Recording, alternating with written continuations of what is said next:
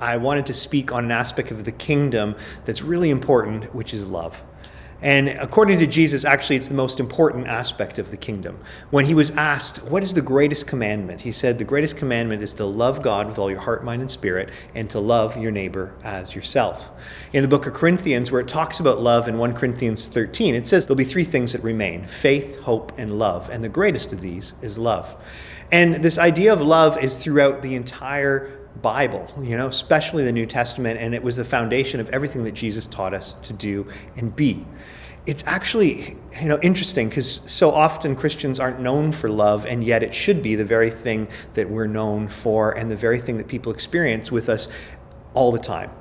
Now, if you're like me, sometimes you struggle with this thing of love. And when we look at love, it's not just this human emotion. It's not just a feeling. It's actually a state of being. It's how we treat others. It's how we see the world around us. It's how we interact with the world around us.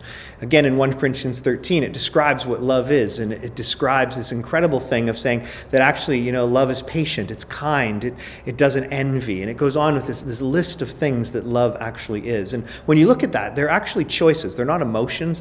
They're actually ways we choose to interact with other people, ways we choose to see the world.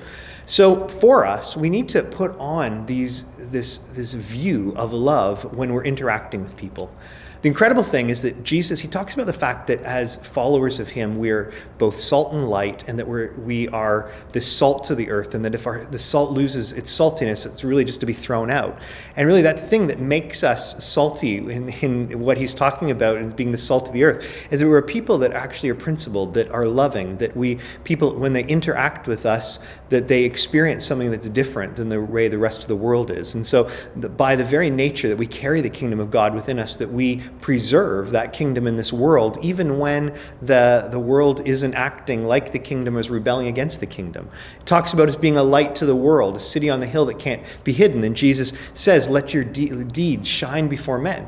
Well, those deeds should be acts of love. They should be acts of service, acts of mercy, things that demonstrate the love of God to those around us.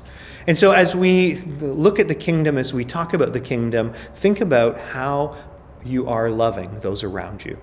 And let's remember that Jesus said we're to even love our enemies, that if we're to be followers of God, we even love those that persecute us, that those that seek to harm us.